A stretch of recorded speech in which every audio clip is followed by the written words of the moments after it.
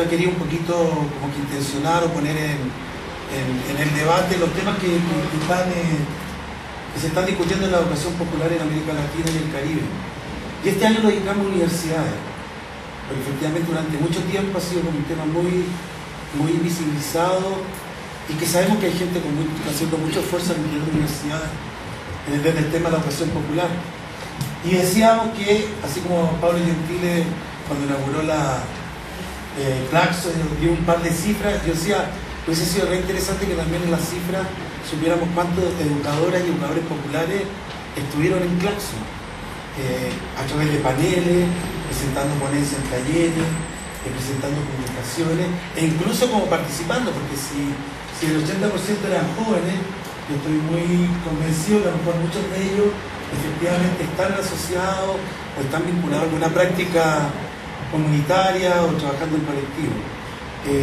Y en ese contexto nos pareció importante que en el marco de lo que lanzábamos ayer, no solamente esta piragua dedicada a la ciencia social, la universidad, nos parecía también relevante colocar en el contexto de Claxo, que finalmente se ha convertido quizá ya en el último tiempo lo más importante de las ciencias sociales latinoamericanas, que estuviéramos nosotros como educadores populares. Y por eso tirar la piragua ayer en Claxo, tirar el libro del diccionario Paulo Freire en su versión español, era bastante constitutivo también como un ejercicio, yo diría casi fundacional, porque además como educadores populares, como un movimiento de educadores y educadores populares latinoamericanos que participan del espacio SEAL, entramos a Claxo ya formalmente, hicimos una alianza política, pedagógica, para los próximos años, y somos red internacional asociada a Claxo, lo que también nos trae mucha alegría, porque significa que quienes están en SEAL puedan ser parte de todo lo que significa el espacio académico latinoamericano a través de Claxo. De manera que han habido ciertos hitos que para nosotros han sido súper importantes, y en ese contexto, como yo señalaba al principio, relevar el debate de la educación popular al interior de las universidades, y este diálogo que hablaba ahora en relación a cómo podemos ir ganando cierto espacio de libertad en un contexto y un escenario que obviamente se presenta bastante complejo. La piragua está digitalmente en el sitio de SEAL. Pueden conocer 13 experiencias de 8 países y experiencias que tienen una gama de desplazamientos bastante interesantes, porque hay experiencia a nivel curricular, hay experiencias que está haciendo gente de la educación popular en formación de docentes. Y en ese contexto, ¿qué valor le asignan a la sistematización de experiencia? Tenemos la sensación que mientras nos articulamos en diferentes espacios al interior del SEAL en América Latina, efectivamente hay un debate. De hecho, nosotros tenemos la asamblea el próximo año, ¿no es cierto?, en México, en Guadalajara, donde queremos converger educadoras y educadores populares, de preguntarnos un poquito esa educación popular del siglo XXI. ¿Qué significa ser educación popular hoy día? En pleno siglo XXI, en nuestro contexto, en nuestros países, que es una pregunta que los chilenos también nos hacemos. ¿Qué significa ser un educador popular o educadora popular en Chile, en un país con las características que tiene? Es decir, estamos tratando de efectivamente abrir un debate que nos permita llegar a junio, como fecha, porque el debate siempre va a estar permanente, de ir respondiendo quizás esas preguntas, es decir, ¿cuál es la educación popular del siglo XXI? Y de allí que podamos dinamizar la conversación a partir de estas dos preguntas. ¿Qué elementos de educación popular identifican en sus prácticas? Y en ese contexto, ¿cuál es la sistematización también a lo mejor que necesitamos? ¿No es cierto? A propósito de algunas opiniones que salían en relación a la sistematización y al escenario que efectivamente tenemos para desenvolvernos en la educación popular. Entonces yo les pediría que libremente pudieran tomar, acá hay espacio, acá hay otro, puede estar en el patio también, afuera. Dora es la dueña de casa acá por si quieren preguntar sobre espacio. Y mientras tanto, preparamos ahí un café, hay galletas para que eso, hay leche por si alguien se quiere servir, eso fluye libremente. No sé si hay, Dora, alguna precisión. Sí, yo creo que por efectos de tiempo también tengamos en cuenta que vamos a socializar, como decía Edgardo, la posibilidad de que muchos nos conocemos, algunos no, entonces que sea muy variado los grupos para que podamos conocer las experiencias que cada uno expresó así de manera muy rápida. Y decidimos un tiempo, son las 10. Son las 10. ¿Media hora? No, más. Habíamos visto un poquito más. 45 minutos. No, porque hicimos terminar habíamos visto hasta las 11:15. Vale. Claro. ¿Por qué? Hasta las 11. Hasta las 11. Bueno, las diferentes comunidades, los diferentes contextos, campesinos, indígenas, afrodescendientes, estudiantes de ciudad, estudiantes universitarios, cómo acceden a las matemáticas y las ciencias. En ese sentido hemos desarrollado una propuesta que la llamamos metodología y aula taller. Por eso nosotros somos los socios de la corporación Grupo A, que busca que las matemáticas y las ciencias naturales se vean como algo ameno, agradable, sencillo, y compartimos con las comunidades esa metodología. Pues como se va a cometido y aunque no se puede volver a caer, también podemos apoyar el trabajo que ya se ha hecho durante los años que llevamos. Y que esto puede más fácil generar la dependencia que ya eso es como... Pero una de las cosas importantes es que los mismos pelados se organicen, ¿cierto? Se organicen pues, para que empiecen a luchar también. En ese sentido, la educación popular propende por la transformación estructural, que se organicen desde sus intereses. Ahora que está el audiovisual, hágale, ¿cierto? Hacer las veces de puente con esos otros colectivos que también luchan desde diferentes lugares, ¿cierto? Bueno, en fin. Es hasta donde la educación popular se dedica dentro de ese proceso, a generar información o formación. ¿Y qué tanta profundidad tiene eso? Dentro de ese concepto de información y dentro de ese concepto de formación entre nosotros, ¿qué o cómo se está dando este tipo de situación para poder que se generen los cambios? O sea, porque los cambios no se van a dar de la noche a la mañana, o sea, tiene que haber un proceso para que se genere esa conciencia a la hora de toma de decisiones, sean políticas, sean desde lo educativo. Entonces yo estoy desde el campo de formación, desde la parte de la pedagogía, y pienso que el elemento pedagógico es esencial, poder saber llegar al otro para que se genere ese cambio. Ese es como uno de los cuestionamientos que pongo a consideración para que lo discutamos. Pero siempre que buscamos se organicen, al no saber nosotros y no tener los implementos y las herramientas, yo creo que es lo que está sucediendo. Uno va a la comunidad y, digamos, lo organiza de una manera como uno cree que es la correcta, pero en muchas ocasiones por eso es que fallan los procesos. Entonces la pregunta que yo le daría es cómo uno con una buena participación y una buena organización que se sostenga. Paréntesis chiquitico antes de que, porque yo creo que eso es la tarea, yo creo que es el proceso.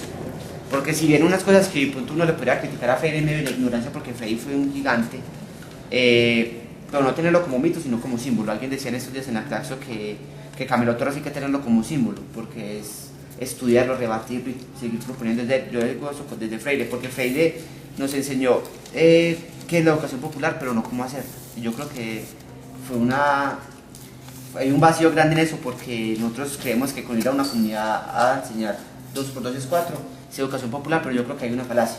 Entonces yo creo que es eso, es como el proceso, ir uno aprendiendo a organizar, también enseñando y también aprendiendo de cómo la comunidad se organiza. Entonces yo creo que es un proceso muy largo, de caminar muy despacio y es ir aprendiendo eso. Pero es que no es que yo vaya y organice, es como la gente se va a organizar. Si es poder popular, emancipación, sí, solución de contradicciones y conflictos, se parte de ellos. Y nosotros no llevamos nada, nosotros aprendemos de ellos. Esa posición colonialista de que es que yo voy de la universidad o yo soy el profesional, eso hay que romperlo, porque esa es la que ha dañado los procesos populares, de que alguien llega como si fuera el conquistador o el colonizador, y no, la gente tiene que asumir como sujeto de poder, y es ahí donde empiezan los procesos. Formación de un sujeto político, de un ciudadano incluso con derechos, que eso está en la Constitución, no estamos haciendo ninguna revolución, pero el individuo tiene que empezar a ser sujeto de su propio proceso. Y ahí es donde uno parte de una coyuntura, un problema, una contradicción, y ese es el conflicto duro que hay que desarrollar. Y las organizaciones la gente las tiene, está la comunidad, está el cabildo, hay muchos referentes populares de cómo se organiza la gente. Hacemos manifestaciones, hacemos marchas, hacemos tomas, hacemos huelgas, digamos. Todos esos tipos, todos son instrumentos políticos que la gente ha desarrollado. El papel del educador debe tener ante todo una militancia política, principalmente pensando en, digamos, en dignificar la vida de los sujetos. O sea, leer y escribir, enseñar a escribir, enseñar a desaprender, a aprender, tiene que conllevar a dignificar la vida de los sujetos, de los que están aprendiendo. Y también el papel del educador tiene que ser un papel de aprendedor, pues, el hecho de que enseñes, la mejor forma de enseñar, o la mejor forma de aprender, perdón, es enseñando. Entonces uno ahí está en una interacción constante. Y en anexo a eso, la educación no es, digamos, de aprender solamente, sino de interaprendizaje, de interrelaciones. Pues tal vez puedo contar un poco de pronto de la experiencia indígena que hemos tenido, y es que para nosotros la educación, digamos la convencional, ha sido precisamente la más opresora. O sea, si hay algo que nos ha desterritorializado es la educación. Una, porque, bueno, venimos de un proceso histórico, digamos, de discriminación, de genocidio, de etnocidio. Bueno, aparte de eso, que llega la educación en las comunidades indígenas, casi que en la mayoría, por ejemplo, en el Cauca, en los años 20, en 1920, el siglo pasado, llegan, por ejemplo, las hermanas lauritas. Y las hermanas lauritas, por ejemplo, que eran las primeras que llevaron la educación convencional, que es netamente cristiana, católica, romana, apostólica, y bueno, todos los adjetivos, pero entonces lo que buscan es homogeneizar el pensamiento. Entonces tienen que pensar de una sola manera para poder adoctrinarlos, y eso para nosotros fue terrible. Además de que habían unas prácticas tan tenaces como, por ejemplo, que le colocaban cal en la lengua a los estudiantes para que no hablaran el idioma propio. La educación propia de alguna manera tiene que romper esos esquemas. Y por ejemplo, pues yo trabajo en la Universidad Misak, pues en el momento apoyo pues como docente, y allá por ejemplo tenemos 5 años, año 1, año 2, año 3, año 4, año 5. Entonces, para empezar a romper un poco, digamos, el esquema del currículo, entonces empezamos a tratar de relacionar parte de la cosmovisión propia a ese esquema educativo. Entonces, por ejemplo, en el año 1 está el escuchar, que es el murup. En el año 2, por ejemplo, está el aship, que es ver. En el año 3, por ejemplo, isuk, pensar.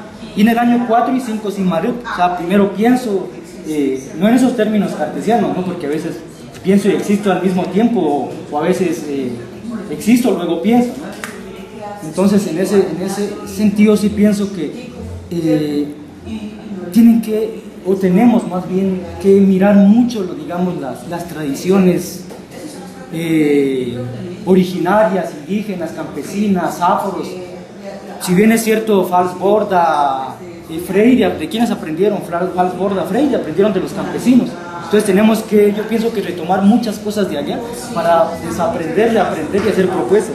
Pero como les digo, sí, la educación popular, la educación propia, ante todo tiene que ser una militancia política para dignificar la vida de los sujetos.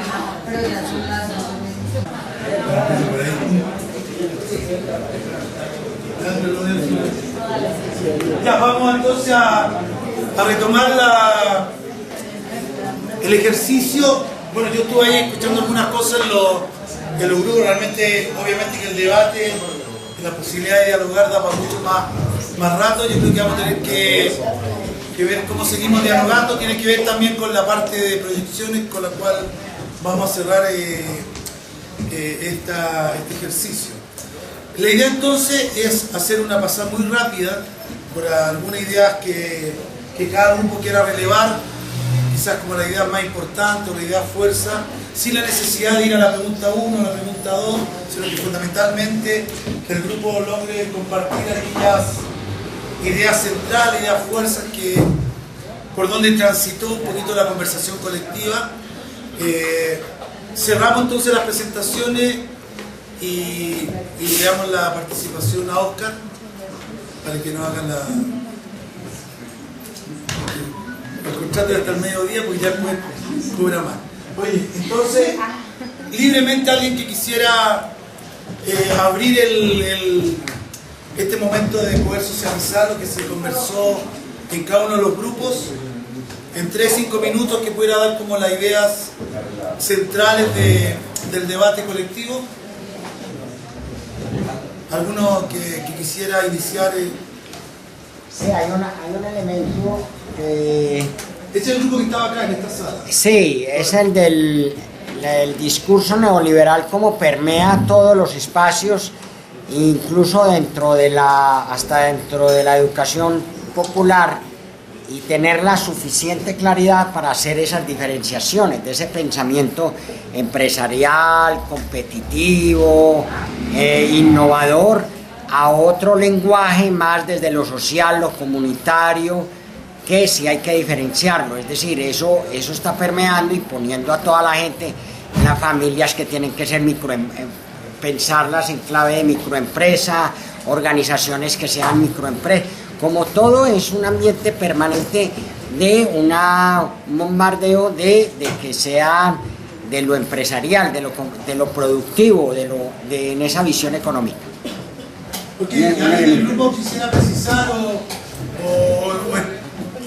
extender un poquito más la reflexión en términos de, en ese contexto, qué papel juega la sistematización, si lograron ver algo de eso. No, más que eso surgió eso de las mismas preguntas, uno es la familia, y de pronto llegamos a una discusión frente al papel que cumple la familia frente a todo el proceso de educación, pero también desde lo educativo, y hablamos de lo que era la información y la formación y por qué se generaban hasta dónde no decir que se generaban esas transformaciones, esos cambios, pero que influía los dos conceptos de información y formación. Y lo otro que llegamos a abordar, pues, que era la empresa, y era, el compañero nos contaba, pues, que como la empresa estaba siendo permeada por la perspectiva desde lo que es la familia como empresa. Pues yo les planteaba que por qué no pensarlo. Lo que pasa es que cuál es lo que entendemos nosotros, o cuál es el concepto que tenemos de empresa y familia, y desde diferentes perspectivas se pueden asumir cosas diferentes. Entonces de pronto eso fue como la discusión, pero en última no profundizamos en la discusión porque no le dio el tiempo. Ok, muchas gracias. ¿Otro grupo que quisiera compartir? Adelante. Bienvenido.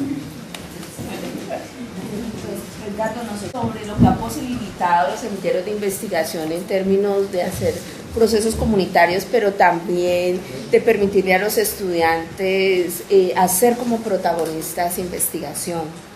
Hablamos también de algunos desgastes que tiene personas que en otro momento fueron militantes, pertenecieron a organizaciones, pero que los asuntos de poder, de dinero, de las organizaciones, pues terminan desgastando y cansando y haciendo perder legitimidad a algunas organizaciones.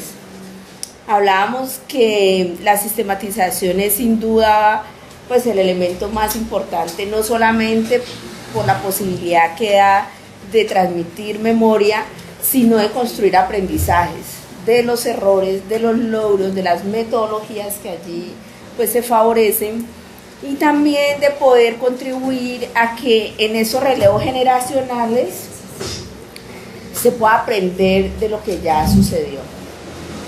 Gracias, Cristina. ¿Alguien del grupo que quisiera? Nosotros sí hablamos también de la sistematización, pero en dos fases. Una, de recoger las experiencias, las historias de las personas, pero que esas historias nos sirvan para transformar la realidad de ahora. Si solo se va a hacer para el recuento de las historias, no nos serviría de nada. Ok, ¿algo más? ¿Otro grupo que Diana. También del mismo grupo de la compañera de la que habló Andrea. Cristina. Sí, porque hablamos también de cómo a veces los ejercicios de sistematización lo que hacen es mostrar como las cosas positivas que hacemos, pero hablamos de la importancia de la sistematización como una revisión constante a lo que estamos haciendo, a nuestra propia práctica, y no como una visibilización de las experiencias exitosas y un ocultamiento de las falencias y de los errores que cometemos. O sea, la sistematización tiene que ser algo que nos permita revisarnos precisamente para poder transformar la propia práctica, y esa transformación implica reconocer aciertos y desaciertos, ¿sí? Ahí pues como parafraseando un poco lo que se habló alrededor de esto. Y también al final hablábamos de la importancia de la consolidación de espacios colectivos alrededor de la educación popular y de cómo este escenario puede ser un escenario inicial para un proceso más de consolidación incluso durante el próximo año, o que es lo que mencionábamos de pronto en la carta de invitación, una red de estudiantes por la educación popular. Por eso, a raíz de ese proyectar más que un encuentro, nos vimos, estuvo la clase, muy lindo todo y chao, o sea, a raíz de eso fue que dijimos, hay que trascender, hay que organizarse, y es importante organizarse alrededor del tema de la educación popular, a pesar de o sea, mirando también los desgastes que hemos tenido, mirando a veces los temores que se tienen alrededor de lo colectivo, pero indudablemente creyendo en que es posible construir un espacio de educación popular a nivel local, regional, nacional, incluso pues con el CEA latinoamericano, ¿por qué no? Ok, muchas gracias. Franklin, después le damos la palabra. Sí, cuando llegamos a analizar un grupo social, un grupo comunitario, cuando hablamos de sistematización, estamos hablando desde lo que nosotros entendemos como sistematización, o si entendíamos los propios procesos que las comunidades y los grupos llevaban. Para diferenciar si es que ellos realizan una sistematización y de qué forma lo hacen, si eso se ha analizado de una u otra forma. Porque nosotros comprendemos un proceso de sistematización como se ha enseñado en la academia, y los grupos sociales pueden tener sus propios procesos que tal vez de la academia no alcanzamos a entender ni a comprender. Creo que es necesario que al menos mencionar que una de las discusiones que más tiempo nos llevó fue el asunto de cómo la educación popular va en la vía o en la contravía del debate dentro de la universidad o dentro de instituciones como esta, y cómo es un espacio de conflicto entre estas posiciones de lo institucional y desde lo que hacemos cada uno de nosotros de nuestras prácticas diarias. Ese debate fue, digamos que uno de los que nos tomó gran parte del tiempo, y no es bueno dejarlo por fuera. Ok, muchas gracias. Veamos lo que trabajaron ustedes. Pues yo en realidad simplemente voy a ser como vocera, porque espero que los compañeros que estaban en la mesa que trabajamos pues como que también hablen.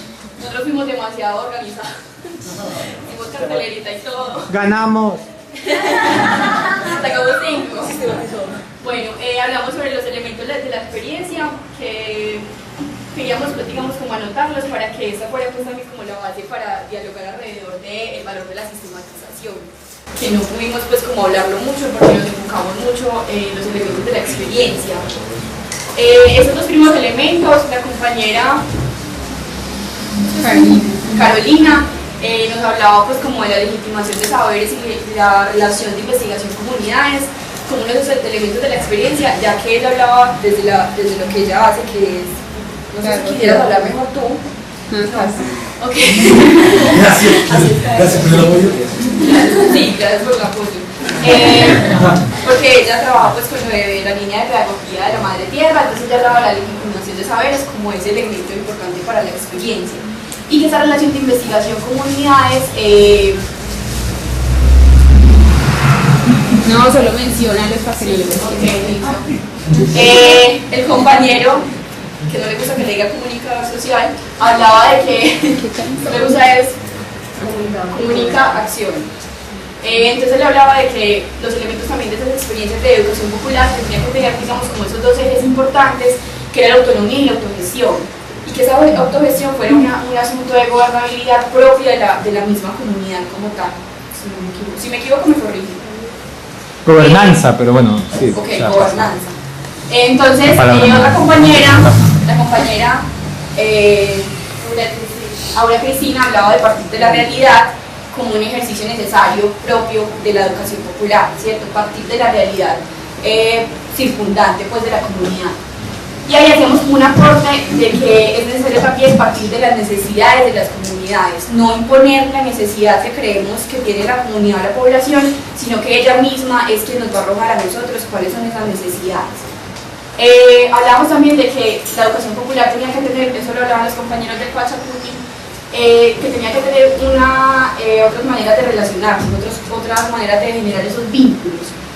Ya que si no, pues la educación popular no tendría, digamos, como la importancia y la relevancia que tiene, y es que esas otras relaciones no se hagan de la manera convencional o de la manera, digamos, como que siempre se ha formado, sino que sean otras formas de vinculación.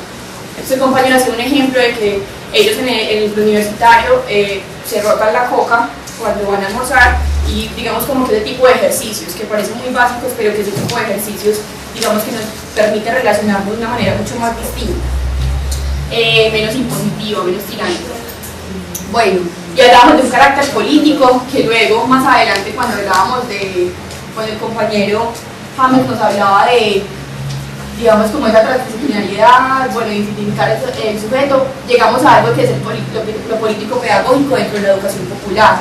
Entonces hablar de un carácter político dentro de la educación popular también como un eje fundamental y un elemento indispensable para que esas experiencias de educación popular, pues digamos como que también vayan en miras a una emancipación. Hablamos de equidad, que eso no recuerdo quién lo dijo, no recuerdo todo. Ok. Es coca y rotar la coca. Sí, ok, listo.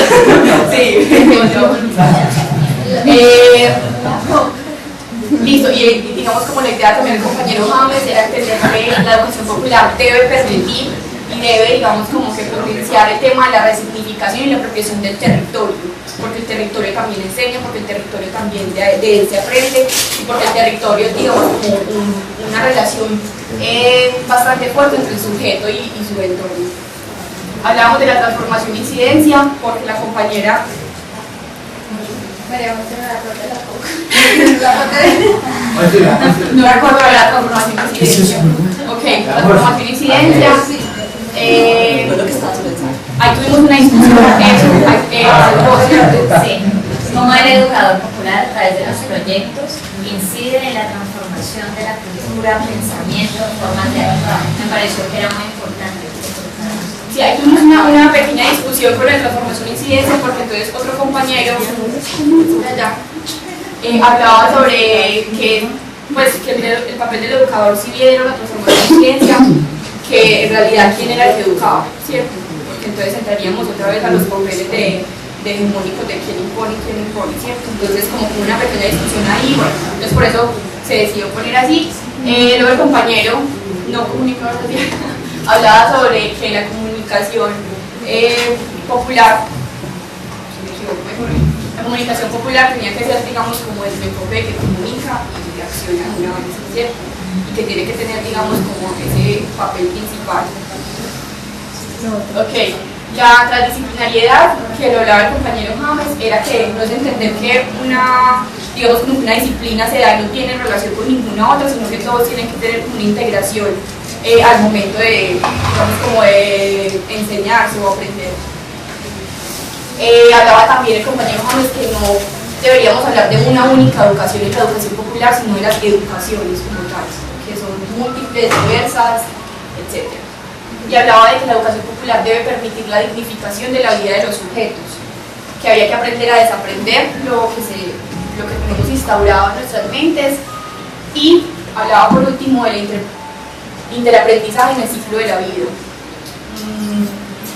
Listo, ahí tuvimos un montón de discusiones, ya luego pasamos al valor de la sistematización, que hablaban de que es importante sistematizar porque visibiliza diferentes formas de ser y hacer, porque trasciende de la experiencia al aprendizaje, y que ese proceso de transición sea una construcción de saberes, que reinventa la memoria histórica, la memoria de los conocimientos, etcétera, etcétera, que reconstruye la experiencia vivida para reflexionar sobre ella. Pues ahí hablaban mis compañeros del Pachacuti, que es entender que nos permite, digamos, como un cambio generacional, entender que no caemos en los mismos errores, bueno, toda una transformación. del pensamiento y del hacer, y que transgrede la codificación, la clasificación de documentos. No se crea la mera sistematización de documentos, información, sino que transgrede toda esa codificación. Ya. Ok, muchas gracias. Muchas gracias. De acuerdo al segundo piso, y aquellos que están acá en la sala, el primer piso diagonal. Por favor.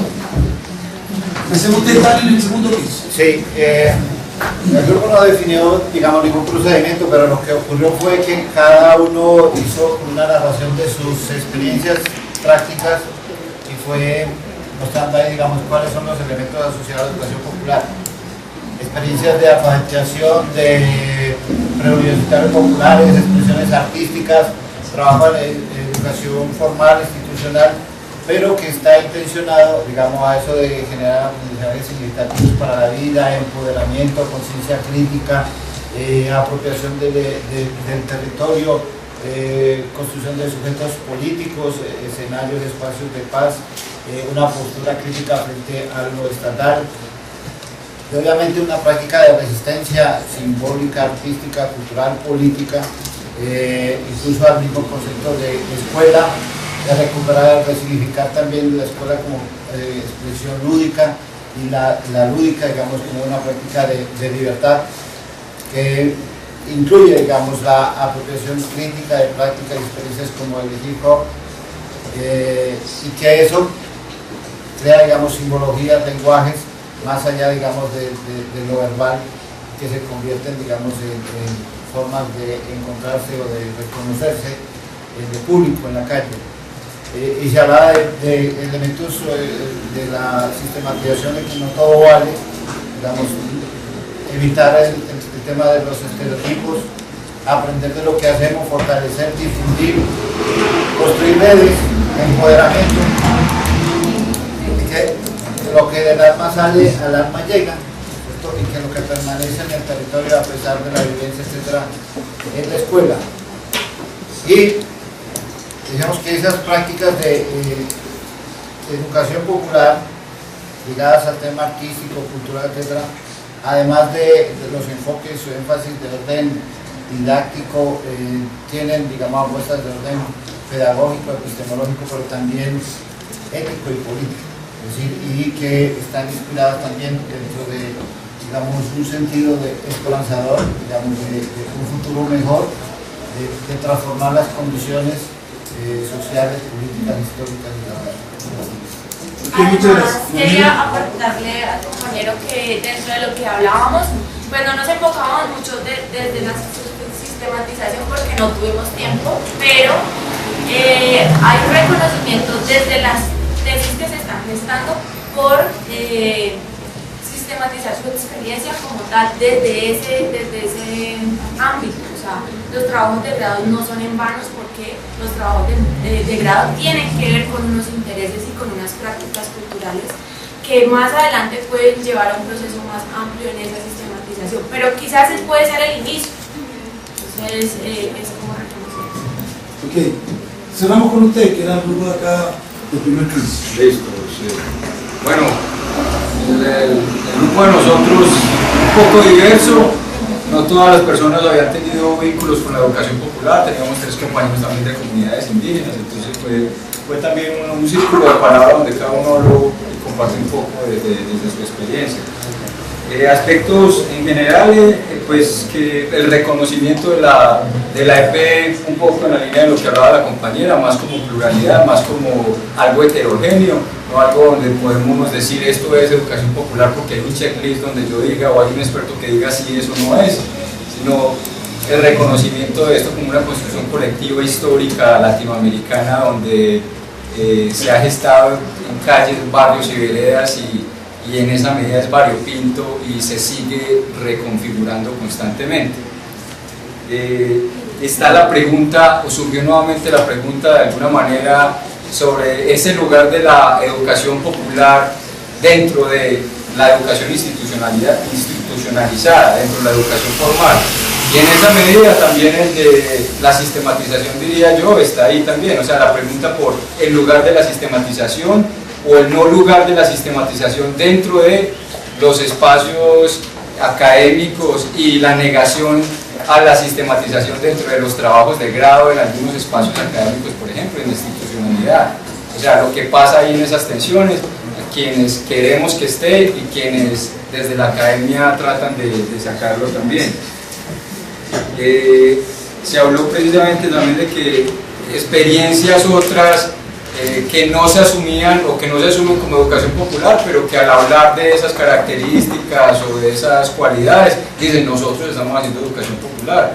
En términos de la sistematización, por ejemplo, el compartir de los compañeros indígenas frente a los procesos educativos y también unas formas de sistematizar propias, como lo comentaba el compañero ahora. Ahora yo le preguntaría a ustedes dos, a Jara y a ti, que precisamente cuál es el lugar de la oralidad, por ejemplo, dentro de la sistematización, pensándonos en experiencias de comunidades ancestrales y otras experiencias que han usado la oralidad como un punto clave y esencial dentro de sus procesos de formación.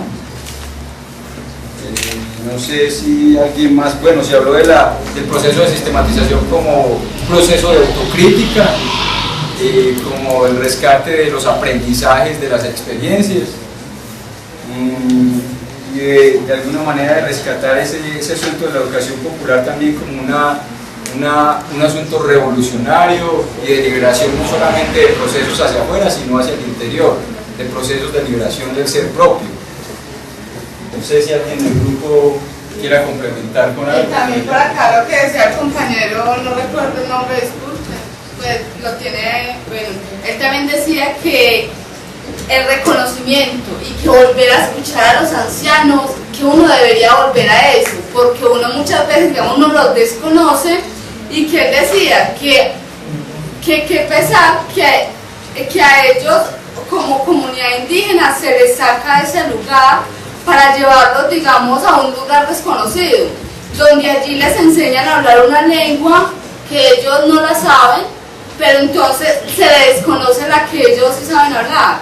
Y en el momento donde decía, bueno, ustedes tienen que aprender una segunda lengua, ellos dicen, no, un momento, o sea, nosotros ya sabemos la nuestra, porque tenemos que ir a hablar otra que, pues, que no nos identificamos. También decía otra compañera, la educación popular, que no tenía una mera forma de vivirse, y que ese término de educación popular se podía con lo revolucionario, y que cuando usted escucha esa palabra, usted no, pues usted ya es un guerrillero, pues digamos, hablar de esta forma, y que había que resignificar el lenguaje, y que la educación popular no se debe concebir como un fin, sino como un medio. Y bueno, y que desde allí el sujeto se debe reconocer, que cuando el sujeto sabe quién es, y que sabe, bueno, y que vuelve, digamos, esa identidad, que sabe, digamos, qué es lo que está haciendo.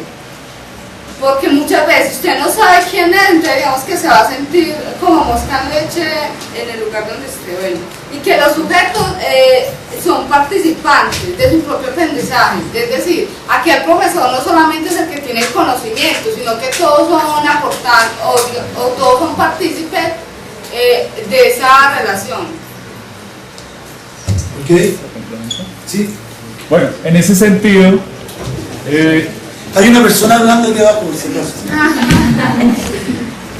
En ese sentido, la educación, las prácticas de educación popular se inscriben en lo que se puede llamar, de acuerdo como a lo que se planteó en el grupo, procesos de autorreconocimiento, ¿sí? Que se hacen un poco desde lo individual, pero que también son necesarios para abordar lo colectivo, procesos de vida, que de alguna manera tiene que ver también con ese autorreconocimiento, pero que va más allá, en procesos de identidad cultural. Dentro del grupo teníamos por un lado los compañeros indígenas, también había diversidad en ese solo grupo, había un compañero Yanacona, compañero Nasa y compañero Guayú, ¿sí? 3 etnias en ese grupo, y también había una compañera afro, ¿sí? Entonces procesos de identidad cultural que tienen que ver con lo indígena y que tienen que ver con lo afro. Pues sí, y esas prácticas pues están muy relacionadas con la construcción colectiva del conocimiento que se hace a partir de la participación pues de los sujetos dentro de estos procesos de transformación social, pero que deben apuntarse hacia un proceso de transformación estructural de la sociedad. Sí, es como lo que Freire llamaría construir un mundo menos feo y bonito. Ok, muchas gracias. Quiero meter la cuchara en un consenso, pero fue variada las experiencias que se pusieron, y yo quisiera resaltar de los procesos de sistematización es que los podamos concebir como una disputa simbólica. El conocimiento y el saber que generalmente se ha externalizado, la sistematización sería la posibilidad de que las comunidades y los pueblos pongan ese saber y ese conocimiento que está allí, que es de la calle y es del barrio, que es del tejido campesino, del tejido indígena y afro. Creo que esa sistematización en ese sentido tiene que abrirse a otros lenguajes, no solo al lenguaje escrito. Un poco lo que decía ahora el compañero con relación a lo verbal, pero también podríamos reconocer otros tipos de lenguajes que pueden converger allí. Y lo otro, con relación a la temporalidad, creo que tiene que concebirse como un proceso continuo y no necesariamente extenso, porque de alguna manera se ha empezado a generar una idea de que la sistematización es un proceso larguísimo y un proceso súper complejo, y nuevamente se academiza la cosa y entonces no está cercano a las comunidades, sino que está por allá, y terminan haciendo la sistematización los profesionales, los académicos que salen de la universidad o a través de los trabajos de grado. Entonces creo que habría que pensar en que la sistematización tiene que involucrar otros lenguajes, que tiene que reconocer la diversidad de tiempos, la temporalidad, y bueno, y que tiene que posicionarse como el poder del conocimiento y el saber de la gente. Ok, muchas gracias. Bueno, gracias a todas, a todos. Más bien, gracias por la oportunidad de poder escuchar y conocer algo de las experiencias que ustedes realizan y de las reflexiones que ustedes realizan sobre sus experiencias. O sea, en realidad sería como muy contradictorio y muy absurdo que yo llegara en este momento a decirles no sé qué cosa es o qué cosa no es educación popular. O sea, primero tengo que decirles que yo conozco muy poco de la realidad colombiana, conozco muy poco de los trabajos de educación popular en Colombia, y este es parte de mi proceso de conocimiento. He venido otras veces, me he encontrado con educadoras y educadores populares, pero entre lo que ustedes conocen, entre lo que ustedes hacen y lo que yo conozco, pues hay una diferencia muy grande. Entonces, digamos, es una oportunidad para un diálogo. He tratado de tener, como decía también Pablo Freire, una escucha lo más atenta posible, tratando de ver los ámbitos que ustedes están trabajando, el tipo de experiencias que realizan, y también cuáles son las reflexiones y el lenguaje con el cual ustedes llaman a lo que realizan en educación popular o en sistematización de experiencias, y también las preguntas que ustedes están realizando.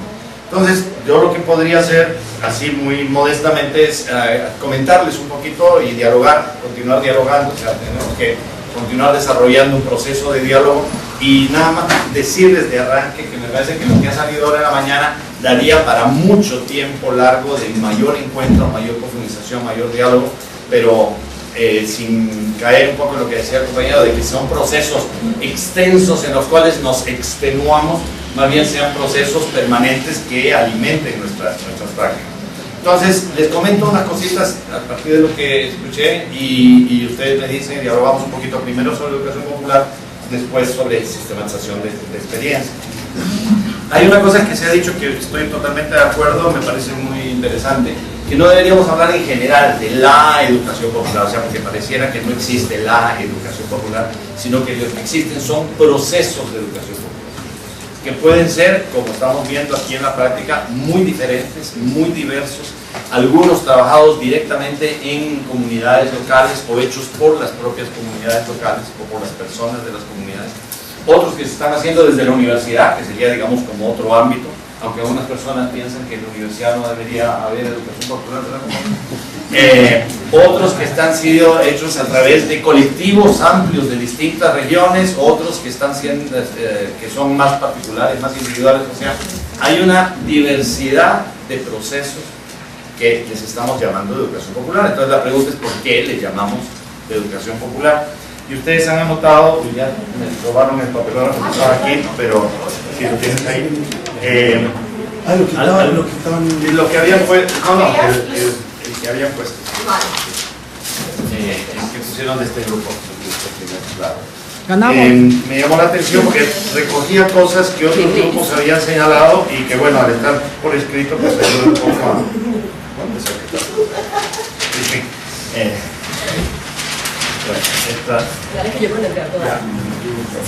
Bueno, que entonces sería interesante la relación entre aquí que se habla en lo de investigación y comunidades. Me parece que ahí hay un nudo de tensión que escuché un poquito al comienzo de la mañana. En el grupo aparece y aparece también en este grupo. Es decir, ¿qué pasa entre los procesos que hay en las comunidades, las experiencias y los procesos de las comunidades y los proyectos o las acciones de investigación que se realizan desde las universidades? Entonces en el grupo se planteaba que el proyecto tiene un límite, tiene una orientación y va dirigido, digamos, a realizarse en determinado tiempo, pero resulta que el proceso de las comunidades donde estamos trabajando en un proyecto es mucho más amplio y esas investigaciones o esos proyectos deberían estar en función de los procesos y no al revés. Entonces yo asocio eso con alguna experiencia que he visto en Centroamérica, donde como se quiere impulsar procesos de educación popular o apoyo a la investigación, acción participativa o formas de comunicación popular, etc., en zonas populares, en sectores populares, desde la universidad se formula como un proyecto y el proyecto viene a intervenir, pero no solo intervenir, sino a interferir con el proceso de la comunidad. Y resulta que vinimos y cuando ya estábamos haciendo ese trabajo, y nos tenemos que ir porque hay que hacer un trabajo para la graduación, para las clases, para etcétera, y dejamos a la gente como si la gente hubiera sido un objeto de trabajo. Pero yo creo que esa es una tensión, me gustaría que pudiera ser un punto que podamos conversar más, porque tendríamos que encontrar una modalidad a través de la cual el respeto a la dinámica de los procesos de la gente sean los que marquen el sentido de los proyectos de intervención.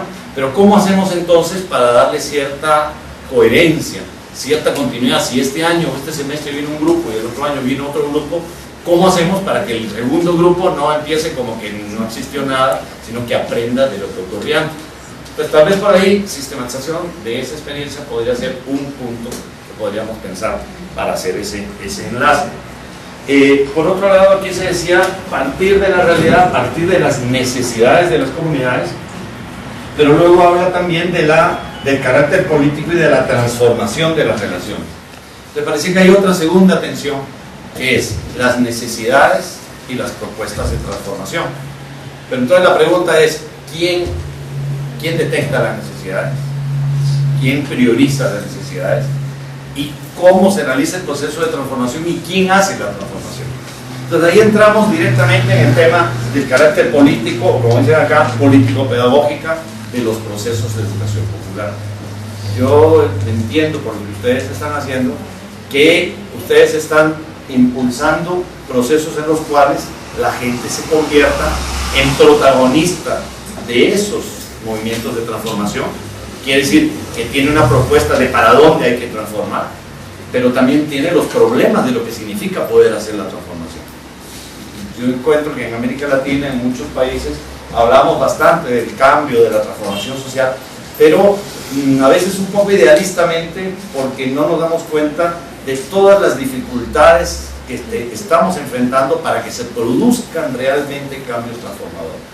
Cambios pueden haber, algunas modificaciones pueden haber, pero ¿cómo hacemos para que efectivamente esos procesos consigan transformaciones sustantivas? Es decir, nos transformen también, como dice acá, transformación de las relaciones que se generan y las relaciones de poder.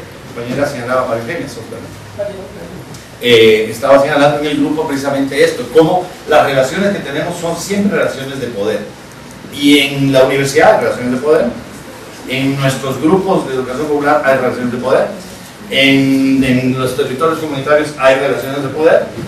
Ayer precisamente en uno de los paneles yo mencionaba una cosa que desde mi experiencia nunca me he encontrado con la señora comunidad o con el señor comunidad. Yo voy a decir, el señor comunidad quiere tal cosa. Entonces cuando decimos la comunidad quiere, la comunidad necesita, la pregunta que tendríamos que hacernos es, ¿quiénes de la comunidad están diciendo eso? ¿Son las personas adultas, las personas jóvenes? ¿Son los hombres? ¿Son las mujeres? ¿Son las personas que dirigen? ¿O son las personas que están, que no tienen un nivel de decisión en las instancias? Es decir, la comunidad es un espacio, un territorio donde existen distintos sectores sociales. Y esos sectores sociales viven relaciones de poder. Ahora, las relaciones de poder digamos, pueden ser relaciones de poder autoritarias, verticales, impositivas, opresoras de unos sobre otros, que es la estructura de una sociedad capitalista. Vivimos en una sociedad capitalista, patriarcal, colonial, por lo tanto estamos atravesados todos por esas relaciones de poder verticales. Pero también podemos construir relaciones de poder democráticas, sinérgicas, es decir, que el poder de uno o una desarrolle más poder en otro, relaciones de poder constructivas, relaciones de poder que generan capacidades para ir más allá. Por lo tanto, la pregunta es, ¿con qué relaciones de poder estamos enfrentando y discutiendo estas necesidades? ¿Y cuáles son las relaciones de poder hacia las cuales quisiéramos impulsar procesos de transformación? Yo creo que en ese sentido, y ahora el compañero Freddy nos trajo una experiencia muy interesante, porque él trabaja con familias que tienen personas con necesidades diversas o llamadas con discapacidad. Y él decía una cosa muy interesante: cuando se mira a las personas con discapacidad como personas que les faltan cosas, no vemos la potencialidad que tienen. Y hay una cosa que me llama mucho la atención, porque en este caso, que es el núcleo familiar, resulta que él decía, el factor principal para el desarrollo de la transformación de las relaciones, para que se genere la dignificación de la vida de las personas que tienen alguna, digamos, discapacidad, es el aprendizaje que la familia tiene. Pero dice, nadie nos enseña a ser padres o madres, pero menos nos enseña a ser padres o madres de una persona con discapacidad. Pero, y en ese campo traslademos a otros campos. ¿A quién nos enseña a trabajar en comunidad? ¿Quién nos enseña a trabajar solidariamente? ¿Quién nos enseña a intervenir en la vida política de forma crítica? Es decir, muchas veces tenemos deficiencias todas las personas en nuestra capacidad de aprendizaje de cómo hacer muchas cosas. Entonces, partiendo de ese ejemplo de la familia, yo pensaba, me hiciste pensar en cómo poder desarrollar procesos de aprendizaje que me permitan desarrollar entonces otra visión y otras capacidades. Y entonces yo relacionaría esto con una idea central de Freire en la educación popular, ¿verdad? Paulo Freire, en un libro, no sé quiénes conocen el libro Pedagogía de la Autonomía. Sí, todos, bueno, algunos, otros no. Es un librito chiquito, pero muy poderoso. Y hay un capítulo que Freire toca este tema que dice: enseñar no es transferir conocimiento. Enseñar no es transferir conocimiento. Se lo recomiendo que lo podamos como trabajar mucho, porque lo que podemos transferir o transmitir o comunicar son informaciones. Los conocimientos siempre tienen que ser construidos a partir de esas informaciones. Cuando relacionamos el conocimiento que teníamos con esa nueva información, entonces yo digo, ah, sí, es así, o no estoy de acuerdo. Cuando generamos activamente la posibilidad de apropiarnos de los conocimientos. Entonces no se trata de hacer entonces una educación popular en la que yo diga, bueno, este es el conocimiento popular y lo que vamos a hacer es transmitirlo para que la gente se lo apropie y lo ponga en práctica. Sino que tenemos que partir del conocimiento que tiene la gente, partir de su sabiduría, partir de sus preguntas, generar condiciones y disposiciones para conjuntamente construir aprendizaje. Entonces, enseñar no es transferir conocimientos, dice Freire, sino crear condiciones para que los aprendizajes sean posibles. Yo creo que ahí está una clave muy importante sobre esto que estamos hablando, de cómo relacionar el carácter político-pedagógico a partir de las necesidades y transformar las relaciones. Enseñar no es transferir conocimiento, sino crear condiciones para que la construcción de aprendizaje sea posible. Entonces, ustedes y yo, que somos educadores populares, la pregunta que siempre nos tenemos que hacer, como la que yo me hice hoy en la mañana, cuando hemos venido al trayecto de Claxo, es no tanto, ¿qué es lo que yo voy a venir a enseñar? Sino, ¿qué es lo que yo voy a venir hoy a aprender? ¿O qué es lo que yo hoy día voy a tratar de incentivar como aprendizaje? Porque para poder generar condiciones de aprendizaje, quien impulsa eso tiene que tener disposición de aprender. El educador o educadora popular que llegue a un proceso educativo sin pensar que ahí va a aprender, está liquidado. O sea, ya no somos educadores y educadoras populares. Entonces, el asombro de construir algo nuevo a partir del diálogo es esencial en los procesos de educación popular. Entonces, hemos tocado como 3 puntos a partir de eso, ¿no? El tema de la tensión entre los proyectos que llegan y los procesos de las comunidades que deberían ser autogestionarios de conocimiento, autogestionarios de capacidades, y entonces los proyectos tendrían que estar en función de esos procesos. Pero entonces eso supone que las personas con las que trabajamos en las comunidades sean protagonistas y no simplemente estén ahí esperando a ver qué le ofrecemos, cuál es el plan de trabajo, cuál es el tema que nos van a dar hoy, sino qué cosa queremos, qué es lo que proponemos. Entonces convertir tal vez también en un proceso que las personas con las que inicialmente estamos desarrollando este inicio del proceso se conviertan también en quienes indican, en quienes promueven, en quienes nos lanzan para dónde tenemos que trabajar. Yo mencionaba en una conversación ayer con unos compañeros de Chile, una chilenita en el Congreso, ¿qué pasa con el Chile?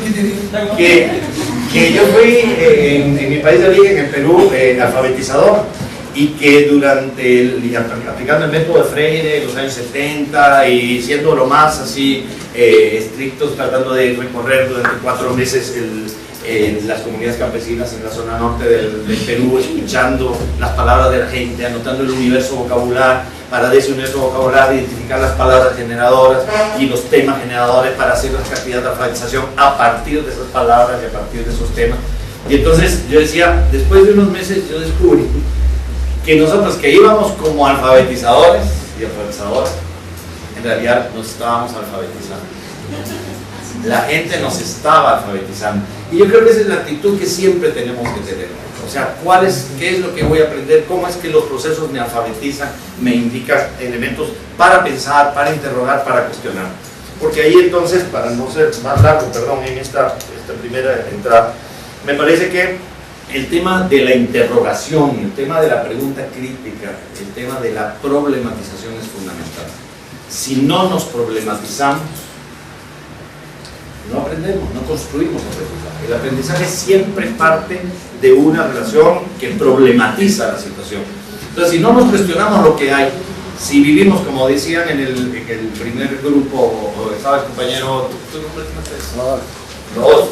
es Rodolfo, nos estaba diciendo sobre cómo el modelo o el esquema neoliberal, la manera de pensar neoliberal, centrada en el mercado, bueno, todo lo que ayer Mujica nos habló, es decir, es una matriz cultural que atraviesa las relaciones hombre-mujer, la relación gobierno-pueblo, etc.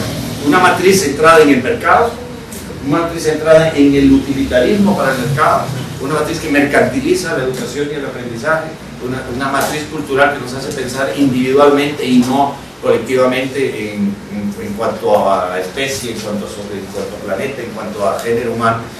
En esa matriz cultural neoliberal la tenemos todo metido. Entonces yo puedo decir 1000 discursos de equidad de género, pero en el fondo yo sigo teniendo una influencia de una estructura machista en mi pensamiento. Tengo que luchar todos los días para desarmar eso, y no solo los hombres, sino también las mujeres, pero es, digamos, otro tema. Tenemos que desmontarnos de eso. Entonces, la idea de una educación popular liberadora no es, como alguna gente puede pensar, de que viene alguien y nos libera, o sea, me va a dar un discurso liberador. Yo hago educación popular porque estoy echando un rollo de revolucionario, porque estoy diciendo un discurso liberador. No, es cuando se generan procesos en que nos liberamos.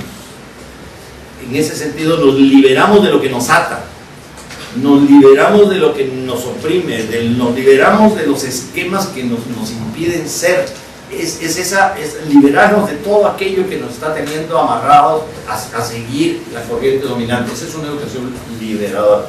Pero también una educación liberadora es aquella en la cual liberamos nuestras capacidades, las potencialidades. Por eso esto que vos estabas señalando es súper importante, o sea, mirar también qué potencialidades tenemos, potencialidades de creatividad, de imaginación, potencialidades de reunirnos y de escuchar y de trabajar en conjunto con otras personas. Todos los saberes que están como potencialidad de nosotros, liberarlos para poder construir algo nuevo. Entonces, me parece que por ahí hay algunos elementos que están presentes en este papelógrafo.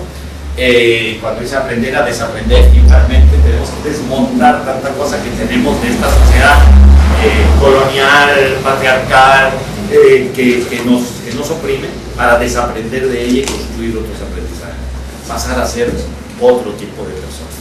Entonces, tal vez abrimos otra vez un momento para, no sé qué, podemos conversar un poquito, cómo piensan ustedes estos temitas que quise como reaccionar, cómo lo ven ustedes, dónde están las posibilidades o las inquietudes que ustedes tienen con respecto a esto de educación popular, y luego tal vez tocamos un poco brevemente lo de sistematización de experiencias.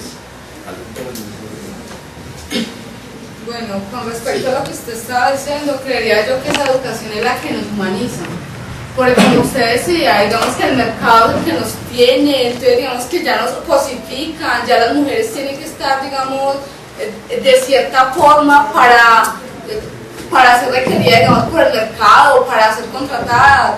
Digamos que es usted, digamos, la identidad. Entonces, cuando usted se humaniza y usted reconoce que en la otra persona, digamos, está el ser humano, donde usted le puede potenciar esas, digamos, las emociones, la creatividad, es cuando nos damos cuenta para qué estamos. Si somos profesores, se supone que usted como profesor, usted no debe acabar con ese sujeto, usted antes debe sacar al sujeto de donde está. O debe hacer que el sujeto empiece a salir de donde está. Exactamente. Es como la cosa del huevo. Si tenemos un huevo y queremos un pollito, por más que tratemos de acelerarlo, pues va a salir un huevo frito, huevo pasado con agua, huevo pateado, huevo así. Pero el huevo tiene que madurar desde dentro para poder romper la cáscara. Entonces tal vez hay que contribuir a eso, ¿te parece? Ajá, y sería a través de, digamos, de ese amor, y sería a través también de la curiosidad, por lo que yo estoy acá. Porque, sí, porque a mí me llegó un correo y yo dije, bueno, o sea, me pareció bueno, decir, bueno, voy a ir a aprender, voy a ir a ver qué me van a enseñar, porque yo no, pues, cuando yo llegué, yo dije, bueno, yo no tengo algo nuevo que, digamos, que yo no voy con ese saber, o yo no voy con algo pues para que ellos puedan aprender. Antes con lo que yo podía, digamos, aprender y con una experiencia que me voy a llevar. Pero diciendo lo que lo dices, también nos estás enseñando. O sea, todos tenemos algo que enseñar y también algo, por supuesto, que aprender. Entonces, valorar lo que sabemos y lo que hacemos, que puede ser incluso una pregunta. O sea, por ejemplo, lo que yo preguntó si era lo mismo una empresa o una familia. Al final, el tema es tan complicado que no lo pudimos trabajar en el grupo. Pero la interrogante ya nos deja pensando. Entonces, es eso. O sea, yo voy a dar una clase en la universidad y entonces voy a echar todo un rollo para que nos lo aprendamos, o de repente nos vamos a formular 2 o 3 preguntas que nos dejan pensando todo el día, toda la noche, un mes, una semana, y esas preguntas se nos convierten en factor de aprendizaje. Son las que precisamente nos abren los caminos para cuestionarnos cosas. Entonces, a veces es más importante socializar una pregunta que, por ejemplo, por lo que dices, podría pensarse como que, ay, no sabe, porque solo tiene una pregunta. De repente, esa pregunta que vos sabes es la que abre la posibilidad de búsqueda, que enseña más que si alguien te diera una respuesta. Entonces es muy importante valorar nuestra capacidad de interrogarnos y hacernos también las preguntas adecuadas en el momento adecuado para profundizar. Pero gracias por lo que tu bichito de la curiosidad que sigue entrando. A ver, los 3 compañeros empezamos. A mí, pues, por lo general, yo me cuestiono mucho lo de no confundir el saber con el hacer. Yo tengo muy claro que se sabe lo que se hace, y hasta cuando uno le suma un resultado personal a algo, uno puede decir que lo hace, que lo sabe. En esa medida quiero preguntar si cuando uno generalmente llama acumulación de experiencia, si es acumulación de experiencia o es acumulación de sucesos. Me gustaría que haya una aclaración sobre eso. ¿Tu nombre es? Franklin. Ok, gracias, Franklin. Cuando veamos un poquito lo de sistematización vamos a tocar un poco, está bien, si es acumulación de experiencia o acumulación de sucesos. No sé, pero vamos a conversar sobre eso. ¿Sí? Quisiera hablar con el tema de que vos decías que la confianza, Oscar, se hablaba de que... Sí, claro. Por favor, sin confianza no hay construcción. Sin confianza no hay construcción de conocimiento. Se decía que si no nos problematizamos, pues los procesos de aprendizaje, digamos, como que no se desarrollan, o al menos no alcanzan su desarrollo. Yo quisiera también, no sé si quizás lo entiendo de una manera muy centrada, pero también entender que los procesos de problematización no sean finitos. O sea, yo problematizo tal circunstancia, tal situación, o problematizo tal idea y dejo como digamos como el asunto ahí, sino que yo creo que debe ser también cíclico. Pues tiene que ser un asunto de renovación totalmente de la idea, del asunto, de la situación, de la investigación. Puede ser, pues porque muchos compañeros y compañeras realizan investigaciones, generan problematización de esas investigaciones y eso se queda ahí. Entonces yo creo que la problematización no debe ser un asunto finito, sino que creo que se tiene que estar renovando todo el tiempo. Claro. Y gracias. ¿Tu nombre es? María José. María José. Porque, y claro, ojalá que en un proceso en el cual cada vez vaya profundizándose más a partir de esa problematización, porque si te generas una problematización ya estás en un punto diferente a cuando no te lo habías planteado. Entonces ya ese punto te puede permitir problematizarte algo más a fondo. Y tal vez el compañero María Eugenia hizo una intervención en el grupo también muy interesante cuando ella decía que no es que se trate, ¿cómo hacemos para cambiarnos un esquema? Decían, y no es que un día yo amanecí y dije, ay, cambié de esquema. Sino que tiene que ver con un proceso de repente de sucesivas problematizaciones. Bueno, tal vez tomamos un poquito lo de Franklin, porque no va a haber mucho tiempo para ver lo de la sistematización tampoco con más detalle. Pero me he hecho acordar esa frase de uno que decía que tenía 20 años de experiencia, pero en realidad tenía 1 año de experiencia y 19 de hacer lo mismo. Entonces, el tema se supone que entonces la experiencia es algo que tiene una particularidad, una riqueza propia, y por lo tanto no se trata simplemente de vivir situaciones, porque todas las personas vivimos situaciones, pero convertirlas en experiencia y en aprendizaje de ella para, como dice María José, supone generar un proceso progresivo de profundización. Entonces resulta, desde el punto de partida donde yo empecé a tener esta vivencia, que luego la convertí efectivamente en una experiencia y luego me apropié de ella y profundicé, voy a estar dentro de un tiempo en un nivel, en un lugar diferente al punto de partida. Es como el cuento de la ranita. ¿Ustedes saben el cuento de la ranita? Resulta que había una ranita, eso lo contaba Raúl, había una ranita en un tazón de leche, ¿verdad? Entonces entraba la ranita ahí, pero quería salir. ¿Y cómo hacía? Entonces brincaba y brincaba. Entonces pasaba un poco eso, o sea, que trataba pero no salía. Acumulación de sucesos, dijiste, ¿no? Hasta que un día la ranita se puso a sistematizar. A ver, ¿qué hago? ¿Cómo hago? Que he hecho esto muchas veces y no salgo del mismo lugar porque brincaba y pues caía la misma leche. Pero bueno, se alimentaba de la lechita, por lo menos servía para comer. Pero un día de pura casualidad empezó a ver que al caer botaba una espumita. Entonces volvió a brincar y vio 2 más espumitas. Después brincó más y vio. Y entonces, al haber reflexionado sobre lo que había pasado, empezó a mover sus patitas. Y fue convirtiendo la leche en una cremita. Y con el tiempo y el proceso, esa cremita fue haciéndose más durita. Y hasta que llegó un momento en que pudo pararse sobre ella y salir del tazón.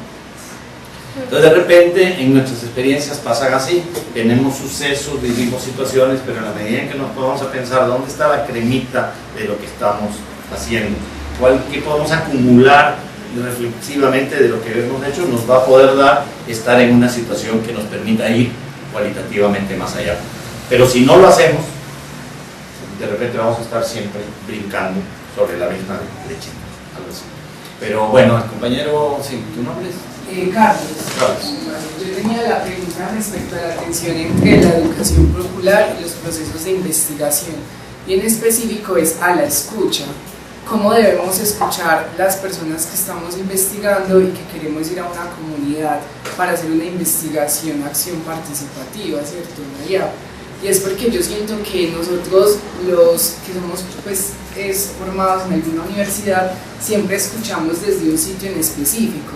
Entonces acomodamos la realidad a una teoría o vemos una necesidad que no existe porque la teoría nos hace ver esa necesidad, ¿cierto? Entonces, ¿cómo debe ser esa escucha? Y en ese sentido, ¿cuál sería o cómo identificar el rol del educador popular investigador? ¿Cuántas semanas tenemos más para seguir en esto? Gracias, Carlos. Bueno, esa pregunta yo creo que va a ser interesante si la continuamos socializando, porque me imagino que va a haber un espacio para seguir en este diálogo entre este grupo para el futuro, ¿verdad? Pero, bueno, varias de las preguntas que han salido, pero en particular esta porque toca el tema de la investigación y toca el rol de la vinculación entre investigación, acción participativa y educación popular. Lo que yo te podría comentar ahora, pero que más bien es como un tema abierto para que lo busquemos, es primero, ¿cuáles son los esquemas con los cuales nos hemos formado sobre investigación? Entonces es cierto lo que decís, que normalmente tenemos una estructura, un esquema, pero además si usted está en una universidad, también la universidad tiene una opción, tiene una metodología y tiene una orientación sobre qué se considera una investigación válida y qué no, y estamos un poco amarrados o apresados por eso. Entonces, ¿cómo desaprendemos, cómo nos liberamos un poquito de eso? Y entonces, claro, Falborda y toda la corriente de investigación acción participativa dijo, hay otras maneras de producir conocimiento desde la gente y con la gente, no esta forma tradicional académica que viene de arriba para abajo y que está estructurada solamente en hipótesis y una metodología experimental cerrada. Entonces, yo lo que diría es que tu pregunta nos abre a poder buscar en los debates, en las corrientes sobre investigación, acción, investigación participativa e investigación, acción participativa, porque hay distintas modalidades, distintas formas a través de las cuales el principio político de la educación popular, que es de los procesos de educación popular, que es que vamos construyéndonos como sujetos protagonistas y no como objetos de aprendizaje o de la acción que se realiza sobre nosotros. Ese principio político fundamental de construirnos como protagonistas se aplica a alguna modalidad de investigación que vayamos a realizar. Ahora, tu pregunta, ¿cómo? Pues seguramente tiene la respuesta definitiva, única e inagotable, que es depende. Porque va a depender de qué tipo de investigación estás haciendo, del tipo de relación que se tiene entre los distintos actores, de cómo las personas reaccionan o tienen expectativas respecto a la acción nuestra. Yo he trabajado bastante tiempo, bastantes años con organizaciones campesinas y después de un tiempo yo aprendí algo que era muy interesante, sobre todo en Nicaragua, me acuerdo, que las formas de cómo la gente analiza y estudia a la persona que viene de fuera. Uno llega y entra en contacto y qué sé yo, y entonces va saliendo la manera como somos, va saliendo, ellas van percibiendo nuestra intencionalidad, van percibiendo en nuestras actitudes, en la manera de saludar, en si comemos o no comemos, o con qué cara comemos lo que estamos ofreciendo, etc. Entonces, resulta que desde que llegamos a un lugar, por lo menos en el campo y en Centroamérica o en el Perú donde yo he vivido esto, la gente está haciendo ahí un paneo, ¿no?, de la persona, de que llega, de que qué cosas, y después ya de ese scan ya dice, bueno, esta persona va por este lado, va por este lado. Y eso les ha habido porque después de 3 o 4 o 5 años, cuando llegamos a un momento en el que empezamos a sacar las experiencias que vivimos en conjunto, la gente te empieza a contar cómo fue que te vio. ¿Usted se acuerda que cuando usted llegó hacía tal y tal cosa? Y cuando lo ofrecieron tal cosa, esto así. O sea, efectivamente, ellos nos estaban por un lado, o sea, estaban percibiéndonos críticamente primero. Segundo, que la gente tiene imágenes. O sea, si yo llego, soy estudiante de la Universidad de Antioquia, soy estudiante de la Universidad del Valle, soy estudiante de la Universidad de no sé dónde, la gente tiene una imagen de qué es un estudiante. Y si yo no quiero ser el estudiante tradicional o el maestro tradicional que la gente puede tener, tengo que ir también ayudando a que ellos deconstruyan esa imagen. Pero no podemos decir de un día para otro, hola, ¿qué tal? Yo soy, pero no soy así, y no sé, no, hay que desarrollarlo de otra manera. Para que no nos pase lo que le pasó a un compañero mío que estaba en el Cusco, en la zona andina de Perú, y él quería impulsar un proceso de educación popular freireano participativo. Y entonces estaba toda la comunidad indígena ahí, y entonces él, hablando además en castellano, en lugar de hablar en quechua, dice, sí, porque aquí nosotros no venimos a enseñar. No venimos a enseñar porque nadie educa a nadie. Nadie educa a nadie. Y dice, sí, profesor. Entonces, sí, son esas que, bueno, en Bolivia también un compañero que llegó del curso de formación de cuadros en la Escuela de Cuadros de Cuba, y entonces venía todo revolucionario y militante y llegó así, compañero, ¿por qué no levantas ese discurso? Y después dice, ¡patria o muerte! Y la gente, ¡muerte!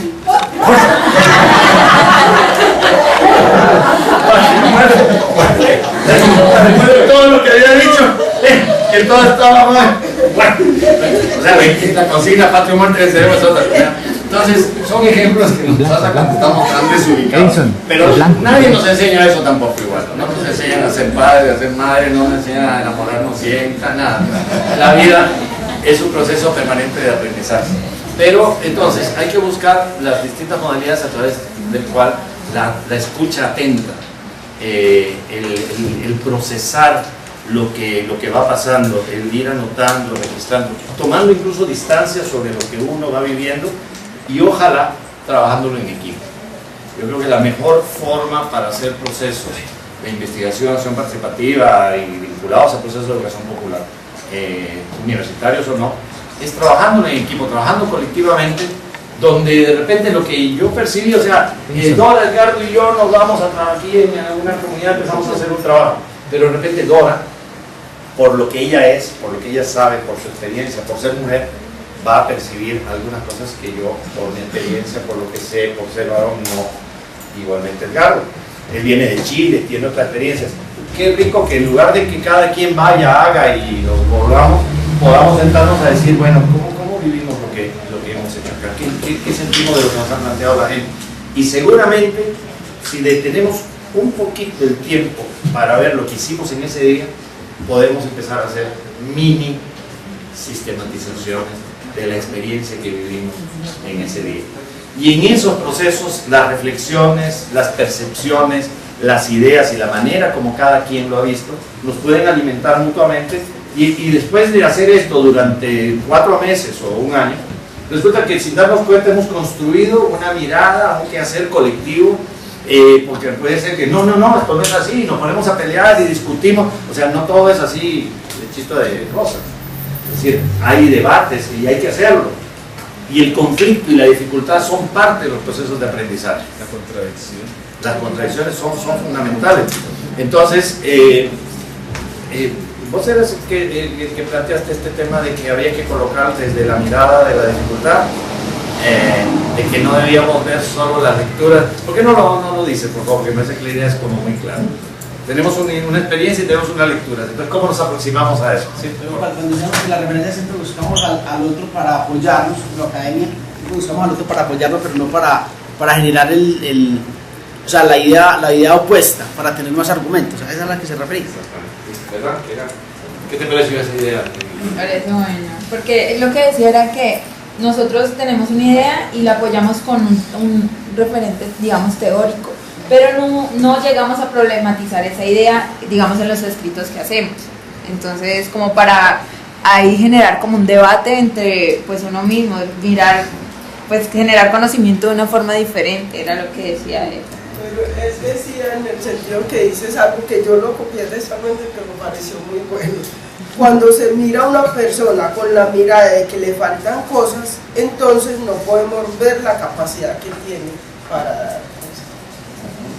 Entonces, tanto en el caso de relacionarnos con alguien que lo vemos solo como discapacidad y no su potencialidad, pero cuando agarramos una experiencia y solo la fundamentamos teóricamente con quienes están de acuerdo con nosotros y no buscamos de repente otros planteamientos, otras teorías, o sea, a veces tenemos miedo de que se cuestione nuestra propia fundamentación. No, yo estoy siguiendo lo que dijo Foucault, no, sí, pero resulta que Foucault se peleó con no sé quién que decía todo lo contrario, pero mejor no nos metemos en ese paquete porque se nos va a complicar. Entonces hay que empezar a entender lo interesante de esas complicaciones, o sea, sentir el sudor y el desafío de enfrentarse a la dificultad. Y aquí entonces toca un poco el tema de que, como ustedes, varios de ustedes, la mayoría de ustedes están en espacios académicos, de qué interesante es generar espacios académicos de debate crítico que nos hagan sudar, que nos coloquen con preguntas complicadas, que no simplemente sean como para reafirmar las cosas que ya sabemos, sino que estemos en la disposición, alguien piensa algo distinto, y en lugar de decir, ese baboso que está diciendo no sé qué, a ver, ¿qué puede tener de interesante eso que es contrario a lo que yo pienso? O sea, ¿cómo yo podría fundamentar algo para efectivamente poder debatir y rebatir eso? O de repente encuentro que eso me está cuestionando algo de lo que yo estoy dando por sentado y tengo que revisar y fundamentar mejor lo que yo pienso. Bueno, creo que el tema abre esa perspectiva, que también es otra discusión sobre investigación, sobre la relación con el elemento teórico. Pero la bendita academia en la que nos hemos formado, lo que busca es que uno vaya a hacer un trabajo y entonces agarre un marco teórico y así, busque no sé quién y luego trate de ver cómo eso se da en la realidad. Entonces, ¿perdón? No, que estos marcos teóricos valide lo que usted está planteando. Sí, claro. E incluso antes, ¿no? De tenerlo antes definido, ya tener la hipótesis, tener la cosa y nada más vamos a comprobar. Entonces, ese esquema no es crítico, no corresponde a un proceso de educación popular que nos genera como sujetos de conocimiento, como protagonistas de transformación, y si no logramos romper con eso, lo que estamos haciendo simplemente es ayudar a que se reproduzca esta lógica vertical, autoritaria, que nos hunde en la pasividad, que hace que nos volvamos así afufados simplemente para tratar de ver cómo pasamos y yo pasé con 7, no sé cuánto será la nota aquí mínima, 3, imagínate, allá 7, pero bueno. Ganamos por 4. O sea, pasé con 3 y feliz. Dije, ¿de qué estás feliz? De que no, o sea, ¿qué te faltó para poder desarrollar? O sea, me saqué 90. ¿Y por qué no sacaste 100? O sea, ¿qué es la valoración que hay sobre esto o no? Es decir, pensar siempre que podemos aprender más. Por eso Freire tiene una frase muy interesante cuando él dice: saber que sabemos, saber que hay algo que no sabemos, saber que podemos saber más, todo eso es mucho más que solo saber. Entonces, ese proceso de saber que sabemos, de saber lo que no sabemos, de saber que podemos saber más, esa disposición a generar permanentemente procesos de aprendizaje es fundamental en nuestra práctica. Entonces, no sé si con eso entramos un poquito ya, porque creo que estamos con el tiempo en la... Pero como esta sesión no termina, sino que continúa para el resto de la vida, yo quisiera nada más decir 3 cosas a partir de lo que ustedes hablaron de la sistematización en desde la experiencia nuestra. Primero, diferenciamos sistematización de experiencias.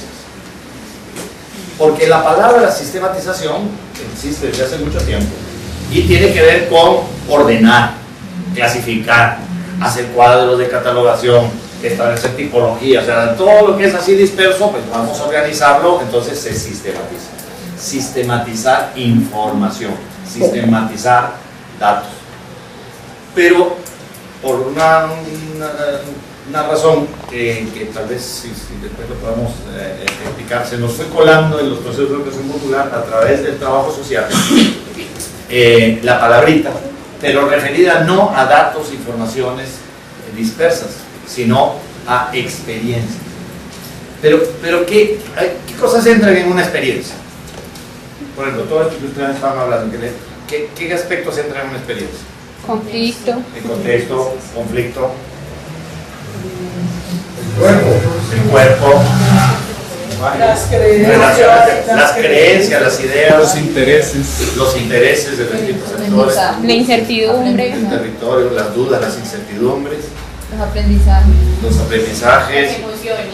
las emociones, los saberes, las percepciones, las situaciones, el sentido que le pone la gente y cada persona le pone un sentido. Entonces las experiencias son enormemente complejas y están en movimiento.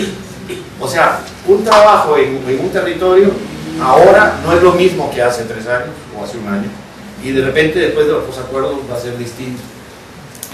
Entonces los procesos, las experiencias están en movimiento y son complejas porque intervienen muchas cosas.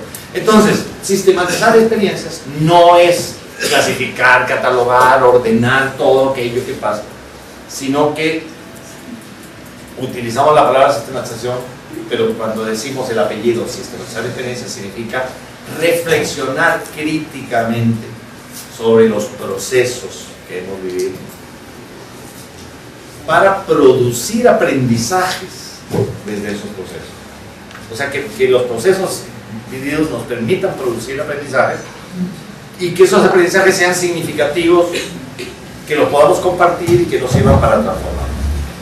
Entonces, esa es una, digamos, más o menos en general lo que sería una concepción de sistematización de experiencias. Aquí Dora nos puso una paginita que ahora vamos a volver a poner, que es una biblioteca virtual donde hay muchísimos documentos de distintas personas, de distintos países, hay documentos teóricos, metodológicos, hay propuestas de sistematización donde ustedes pueden profundizar, pero como que la idea central es esto, o sea, hemos vivido una experiencia, por ejemplo, hoy ya vivimos una experiencia, pero esta experiencia de hoy está conectada con lo que cada quien trajo antes de llegar aquí, o sea, cada uno de nosotros y nosotras trajo algo. Entonces, la experiencia de hoy no es aislada.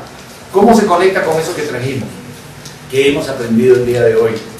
Si sacamos un rato para cada quien o cada uno de los colectivos y nos ponemos, así como María Eugenia que tenía anotada una frase exacta de Freddy para poder ahora decir, si pudiéramos sentarnos a procesar eso que hemos aprendido, eso que vamos a escribir, va a ser como un espejo donde vamos a tomar distancia, porque cuando lo leamos dentro de una semana, ya ahora que lo hemos escrito, si sacamos el rato para hacerlo, nos va a ser muy significativo. Pero hay muchas cosas que con el tiempo, porque después nos vamos a agarrar el autobús o vamos a agarrar lo que sea y vamos a llevar a la casa y vamos a llevar a la gente, ya dentro de una semana, esto que estamos viendo en este momento, ya el 80% de los detalles los hemos perdido. Y si me voy a acordar, ¿qué era lo que decía? Ya estamos fritos. Entonces, si tenemos registros, si podemos, conforme las experiencias se van desarrollando, hacer momentos de reflexión, una especie de paradita para ver qué hemos recogido de esta experiencia, y así para las distintas cosas que hacemos. Resulta que vamos a ir construyendo un camino desde nuestros propios aprendizajes que nos permita mirar críticamente lo que hemos venido avanzando. Entonces, por ahí va un poco la idea de lo de la sistematización de experiencias y lo que planteabas tu pregunta, ¿cómo es tu nombre? Rubén Darín. Esto de que no sean tan extensas que al final nos agotan, porque podemos hacer sistematización y sistematización sola. O sea, yo les podría contar, pero no hay chance, pero se lo dejo como inquietud, la experiencia de haber hecho un proceso de sistematización de una experiencia de un año en un día, por parte de 28 dirigentes campesinos que vivieron una experiencia de comercialización de frijol. Era trabajar durante un año y se sistematizó en un día. Y también experiencias de sistematización de 15 organizaciones de distintos lugares de Guatemala que demoró un año y medio en procesar como proceso de recuperación histórica de 30 o 40 años de vida. Una experiencia sobre el tema del desplazamiento, el tema del desarraigo, la situación educativa y organizativa antes de salir de las comunidades por la guerra, durante el exilio en las comunidades en resistencia, en los refugios y luego al retorno. Siguiendo esa experiencia de 20, 30, 40 años se hizo una sistematización que obviamente no se podía hacer en un día. Pero de repente, ustedes regresando ahora a sus respectivas universidades, la primera cosa que pueden hacer es volverse a juntar y decir, a ver, vamos a compartir los aprendizajes que hemos tenido. Que no es lo mismo que compartir las narraciones y nuestras historias, las situaciones. A ver, vamos a acordarnos lo que dijeron, sí, ¿te acuerdas cuando fuimos a tal lado y cuando dijo otra cosa y qué bonito lo que dijo no sé quién? No es lo mismo compartir los cuentos o el detalle narrativo de las experiencias que compartir los aprendizajes. Entonces, si ustedes pueden tener 5 minutos, 10 minutos para tratar de cada quien procesar los aprendizajes de esta vivencia que han tenido estos días aquí en Medellín y luego reunirse en sus respectivos grupos y compartir esos aprendizajes, estoy seguro que vamos a descubrir montones de cosas que de repente ni siquiera sabíamos que sabíamos. Eso le podemos añadir a lo de Freire, que decía saber que sabemos, de repente empezar a saber que sabíamos y no sabíamos que lo sabíamos. Entonces, ahí hay un desafío. Ok, sí. Entonces, el que tenemos que gracias, Edgar.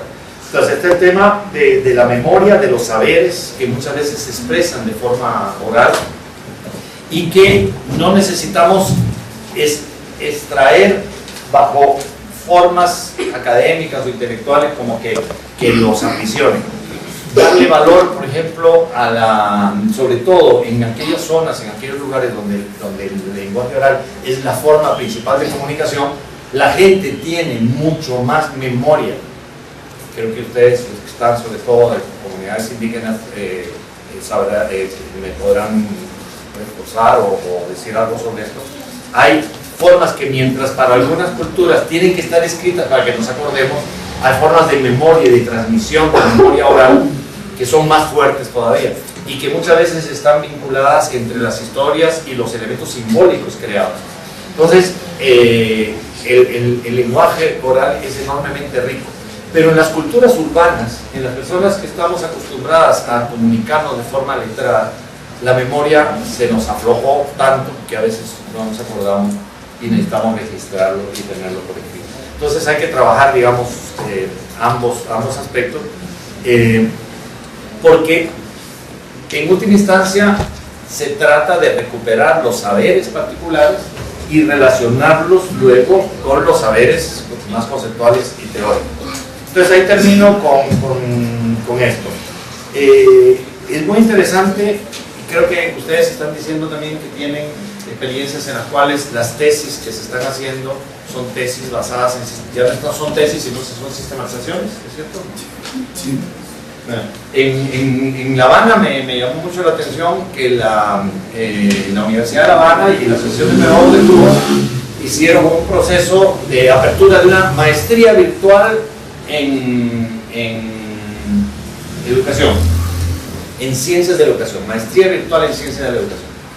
Y se inscribieron en 3 meses 70.000 personas de toda la isla, porque el comandante había dicho que ya tenemos mucha tesis teórica y todo el mundo es licenciado, pero nosotros que necesitamos que ahora sean máster, pero esos máster tienen que ser máster de la práctica, de lo que viven cotidianamente en el aula, de lo que viven en los procesos educativos de la institución. Entonces, llegó el comandante,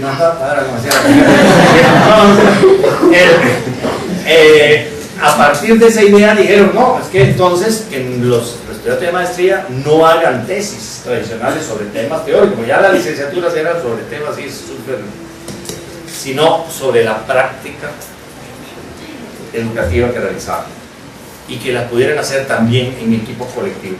Y entonces dijeron, entonces vamos a, chicos, hay que sistematizar la experiencia, chicos. Y entonces están impulsando procesos de sistematización para obtener el grado de maestría. Entonces yo creo que ahí hay un campo que se está abriendo con relación al aspecto académico, que también está transformando el mundo académico. Y termino con eso, o sea, el mundo académico es un mundo en disputa. O sea, nosotros podemos echar toda la leña que tengamos en contra, pero hoy nada hacemos solo con enojarnos o con pelearnos o con huir. ¿Cómo hacemos para transformar eso desde lo que estamos haciendo? Entonces ahí viene cómo legitimamos la validez de nuestros trabajos, también fundamentándolos. Entonces en Costa Rica llevamos 3 años haciendo apoyo a la sistematización de experiencias de extensión universitaria, que ya no se están llamando extensión universitaria, se está llamando acción social. Tratando de que en lugar de que sea primero la investigación, después la docencia y un poquito de extensión, esto que es acción social sea el centro del quehacer de la universidad, el vínculo con las necesidades de la sociedad, de donde surgen los temas de investigación, donde surgen las relaciones de docencia. Entonces, estas vicerrectorías que hay de extensión universitaria y de acción social tienen experiencias riquísimas de vínculo universidad-sociedad, pero no escriben, no son reconocidas por la universidad, se piensa que no hay conocimiento científico. Entonces, estamos llevando durante 3 años un proceso de sistematizar, de apoyar a que haya sistematizaciones de esas experiencias que se fundamenten y que produzcan por lo menos dos tipos de productos. Un producto de la sistematización va para el trabajo de las comunidades, las zonas donde han desarrollado esas experiencias. Y un segundo producto que es para generar debate en la universidad. Por lo menos esos dos. Y no simplemente decir, vamos a la universidad, hacemos nuestra sistematización y lo entregamos ahí para que lo pongan en no sé qué archivo. Entonces los formatos son muy distintos. Porque si yo he trabajado con un grupo de organizaciones de mujeres y tengo testimonios de toda la experiencia que hemos hecho y lo hemos sistematizado, con eso podría organizar una serie de programas de radio, con los testimonios y las voces de que hemos hecho en la parte de recuperación histórica. Podemos agarrar los aprendizajes que hemos tenido y hacer un calendario para que el próximo año tengamos 12 aprendizajes de lo que hicimos en este año y que nos sirvan de referencia. Entonces, no solo la sistematización de experiencias no debería centrarse en un documento y menos solo en un documento académico, pero sí necesitamos producir documentos académicos, necesitamos producir debates teóricos en la universidad a partir de los conocimientos que surgen en nuestra práctica. Es otra epistemología y hay que fundamentarla, y existe la fundamentación para eso, pero sobre todo si nos metemos en ese campo, nosotras y nosotros mismos vamos a poder tener propuestas y planteamientos de esa epistemología por la cual podemos pelear en el espacio universitario. Dora, no sé si ponemos la paginita por si acaso, y más bien les dejo para que ustedes comenten el ratito que queda. Sí, estamos como en la... Ahora, bueno, tú fuiste muy claro en decir, Oscar, que no estamos cerrando la conversación, sino que al contrario, estamos iniciando un debate que queremos seguir animando y seguir articulándonos. Yo creo que tiene que ver un poquito recuperar lo que hablamos temprano en la mañana, de cuál era el sentido de este espacio, de la perspectiva de generar efectivamente redes de conversaciones a partir de las prácticas y experiencias que estamos desarrollando. De manera que efectivamente este camino se inicia y tenemos algunas ideas con las cuales poder ir cerrando desde el punto de vista de las proyecciones. Por lo menos yo identifico tres así como a primer paso, o cuatro. La primera es que efectivamente vamos a enviar ya la próxima semana, y tenemos que conversar con Dora,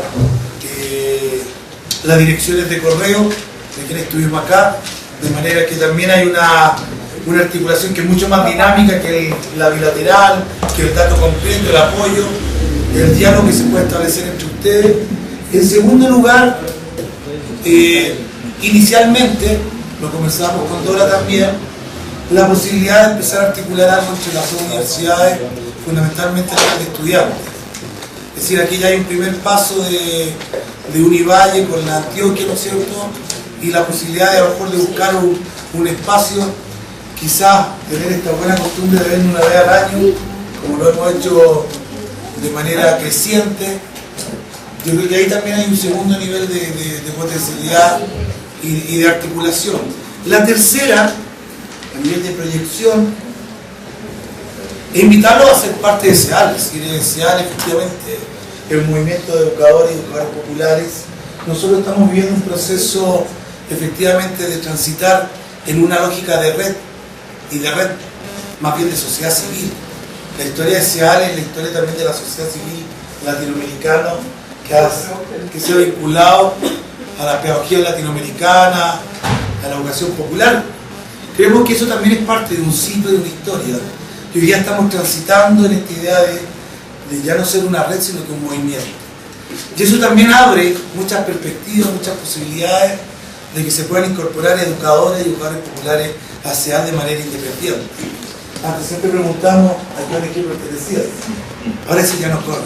Es decir, efectivamente creemos que se puede hacer membresía en SEAL de manera individual, de que cada uno de ustedes sea parte de SEAL y entre a este circuito de debate, de trabajo a nivel latinoamericano, que te vaya encontrando con otros, de que puedas visitar los países también para conocer experiencia.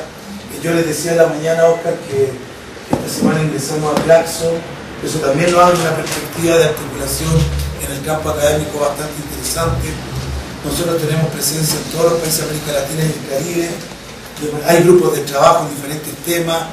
De manera que invitarlos también a permear ahí, ser parte de este movimiento a nivel latinoamericano que hemos ido construyendo a través del espacio que ha sido SEAL históricamente.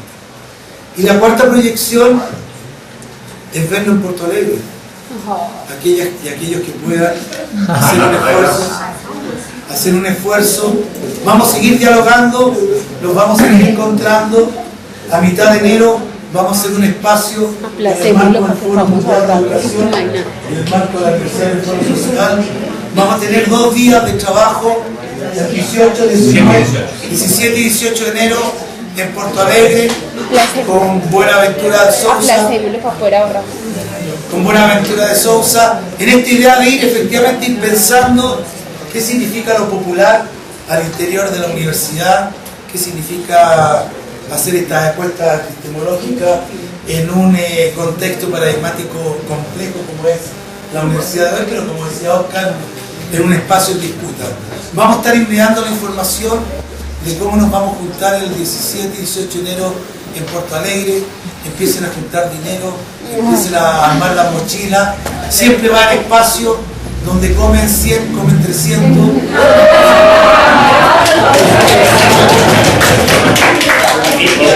Si se sale mañana, más o menos se puede llegar a tiempo. Y por lo menos lo que sí podemos aventurar es que estamos gestionando un espacio en Porto Alegre para instalar carpa, llegar con saco a dormir y que efectivamente nos vayamos encontrando con compañeros brasileños, con todos los compañeros latinoamericanos que efectivamente están en la misma apuesta y práctica que ustedes. Y transmisión vía web, por favor, también. Yo quisiera, como también sumando lo que está diciendo Edgardo, que resulta pertinente, es último que también has nombrado con respecto al CEAL, y sobre todo con el desconocimiento que hay con relación a la vinculación que se puede tener a través del CEAL. Y creo que eso me parece muy pertinente y que en últimas también hace parte de que estemos hoy aquí, porque parte de la reunión con Oscar Jara, con Edgardo, era la necesidad de encontrarnos, poder reconocer las experiencias que existen acá en Medellín, obviamente con la presencia de los compañeros de Univalle, los estudiantes de maestría, es decir, la posibilidad de que conozcamos cómo se está viviendo toda esa experiencia de educación popular y que esta reunión sea el inicio, que ese es como el esfuerzo el llamado que hago, que sea una reunión que no sea solamente se quede porque vino Oscar Jara, porque vino Edgardo, sino que ya hay un acumulado, hay un listado que voy a poner también pues, como a consideración para que tengamos toda la posibilidad de seguir intercambiando comunicación y que nos permita también el tener, ya Edgardo menciona lo de enero, pero también es reconocer, por un lado, lo que ya nos dijo Oscar Jara, una página con un acumulado bibliográfico muy grande, pero también el reconocer lo que logramos escuchar hoy entre todos, lo que estamos haciendo, lo que estamos viviendo. Claxo fue también esa posibilidad, yo creo que dimensionar lo que se está gestando en la ciudad y a nivel latinoamericano. Yo creo que también es muy emocionante evidenciar eso. Creo que tiene que ser entonces como ese punto de partida, aunque también reconozco que muchos ya tienen pues, como todo ese impulso, pero creo que esta reunión tiene que generar, habíamos insinuado desde el semillero de investigación al que pertenezco, al de Universidad, pensarnos en red, que es un poco lo que se ha pensado desde Claxo todo el tiempo, desde la red Alforja, y creo que es el momento, obviamente con todas las dificultades que sabemos tiene el hacerlo, pero es apostarle, digamos, al trabajo en red, al construir, el conocer las experiencias de los demás, y ya muy puntual a lo que dijo Oscar Jara con relación a cómo construimos la sistematización de lo que estamos haciendo, desde lo individual, llámese docente, educador popular, en fin, desde el contexto en el que nos estamos moviendo. Y quisiera, para terminar, creo que para el contexto, ya creo que ustedes como foráneos, pero que conocieron la experiencia colombiana, decir que hay un proceso de paz. No son de la casa, pues son de la casa, pero no me pongas acá. Pero el asunto es, y lo digo en esos términos de que ellos son pues de otro país, en relación a lo que se está viviendo en Colombia. Y lo nombro es por la necesidad de evidenciar cómo un ejercicio de sistematización nos tiene también que hacer pensar como el compromiso que tenemos como ciudadanos para los nuevos retos que tenemos, independiente de los que creemos o no en el proceso de paz que se está dando en este momento, esas apuestas, pero sí considero que lo que se viene para este país son cambios considerables y que desde los lugares donde estamos nosotros trabajando, seamos licenciados en educación popular, politólogos, historiadores, sociólogos, etcétera, creo que tenemos una apuesta muy grande como colombianos para reconocer y evidenciar que hay mucho por hacer, que creo que es la posibilidad de reconocer, y quiero volver a evocar lo de Claxon. Yo creo que ahí escuchamos y percibimos que hay unas apuestas considerables en el contexto latinoamericano que no podemos desaprovechar.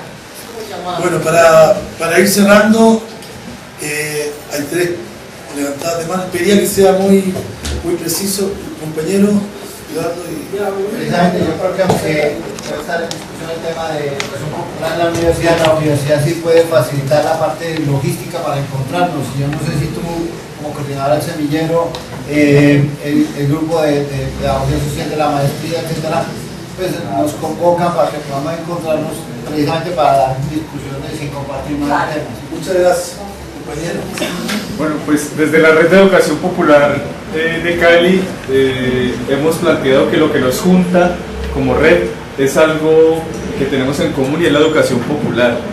Creo que aquí nos vuelve a juntar la educación popular a Uniantioquia, Univalle, más allá de las fronteras y otros espacios, y digamos que si bien pues no vamos a generar ya la red con la gente que estamos, sí creo que hay unos intereses y unas intencionalidades que se encuentran y coinciden con algunos trabajos que tenemos en Cali, en Medellín y en otros lugares, y digamos que ese listado también puede ser, o ese listado pues que hicimos, puede representar también eso, o sea, establecer contacto y vínculo con experiencias y personas que aquí, digamos que hablamos de cosas que nos interesan y que coinciden. Y en ese sentido, como para amarrar también lo que acaba de decir el compañero, si bien todos no podemos ir a Porto Alegre, así queramos, pues sí sería interesante que se hiciera el esfuerzo para que por lo menos una comisión de la Universidad del Valle, de licenciatura en Educación Popular y de los que quieran y puedan, digamos que pueda asistir allá. ¿Sí?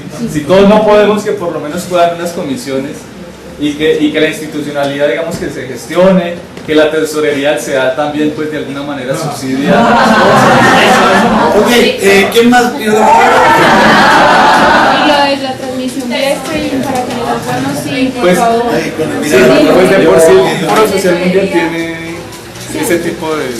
No, apoyo la idea y deberían de mandar a alguien que grabe y todas esas cosas para que luego compartan. Sí, ocurre. La comunicación popular es muy importante ahí. Van a necesitar de comunicación. No, la otra es dentro de la línea de comunicación. Entonces, esto que está grabado hoy aquí se comparte y se construye. Se autodestruirá. Se comparte y se construye en un canal de YouTube que se llama, bueno, hay dos, es uno que se llama Laboratorio de Comunicación Popular, otro se llama Comunicación Popular CUAP, con L popular.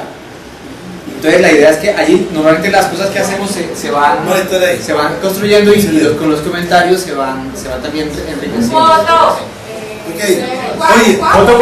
Oye, entonces para ir cerrando, que va a cerrar Oscar, en lo personal también las gracias, el esfuerzo que han hecho, ha sido una semana muy intensa, yo sé que estar acá también requiere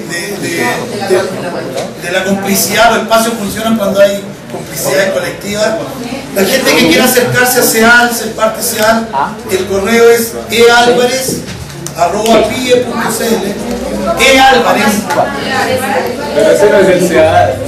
ealvarez@pie.cl, pie como pie con doble i.cl. Ya, escriban, ahí nos empezamos a matricular.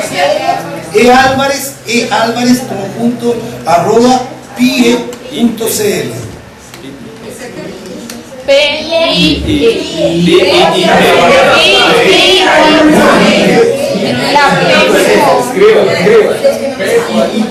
Es que eso es... Bueno, entonces, por favor, para despedirnos con la canción de hoy. Ya. Bueno, entonces, dos cositas y un trabajo. Un ratito.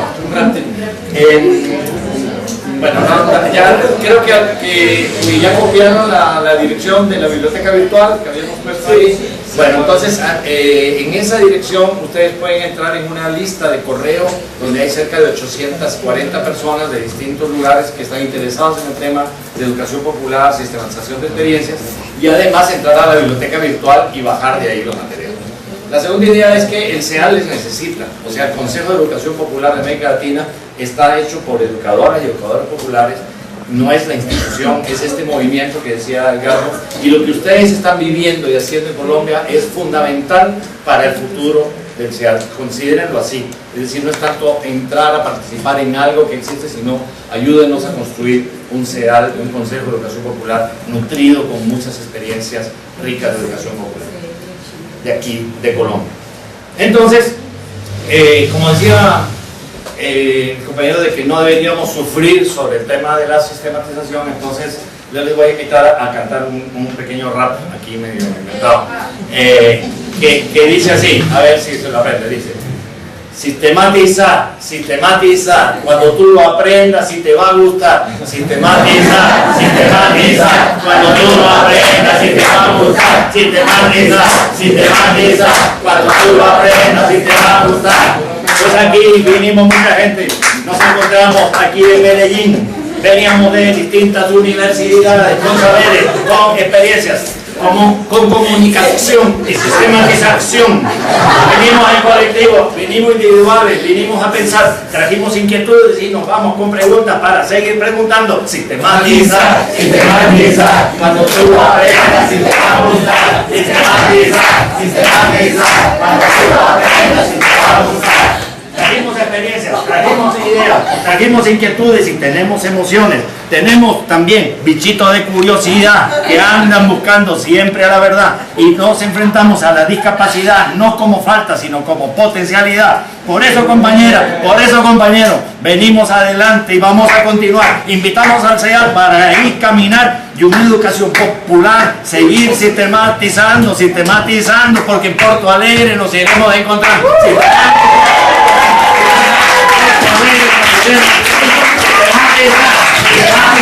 Cuando tú lo aprendas y te va a gustar. Cuando tú lo aprendas y te va a gustar.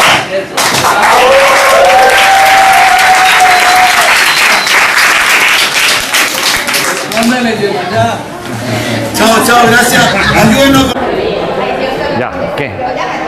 Pues sobre el taller de hoy, sobre la experiencia de educación popular y sobre el arte de educación popular. Bueno, pues lamentablemente no tenemos mucho tiempo, pero sí quiero decir que ha sido primero muy interesante el hecho de tener personas de tantos lugares con experiencias tan distintas, pero a la vez en una misma búsqueda que es común a otros países de América Latina y el Caribe, que es la búsqueda por construir una educación transformadora, una educación crítica, una educación liberadora que permita desatar las potencialidades de la gente. He escuchado experiencias muy ricas, reflexiones muy interesantes que me dejan interrogantes también sobre cómo poder impulsar procesos de educación popular desde el ámbito universitario, cómo tratar de ser cada vez más coherentes con los procesos que impulsamos como educadoras y educadores populares, y vincular procesos de investigación con procesos organizativos y participativos. Entonces me parece que hay un ámbito de reflexión muy importante que se genera ahora, y por otro lado, pues este es un espacio de encuentro que ojalá continúe, ojalá dentro del Consejo de Educación Popular de América Latina y el Caribe podamos contar con esas reflexiones, con ese dinamismo de estos grupos, porque necesitamos reinventarnos, recrearnos como movimiento de educación popular a nivel continental, y la gente de Colombia está haciendo cosas increíbles y necesitamos ese apoyo. ¿Comunicación popular qué es para vos? Bueno, los procesos de educación popular son siempre procesos comunicativos, porque son procesos en los cuales se recupera y se da el espacio para las distintas voces. Cada persona tiene una voz, y más bien la lógica de la dominación ha ido ocultando, opacando, apagando las voces de la gente.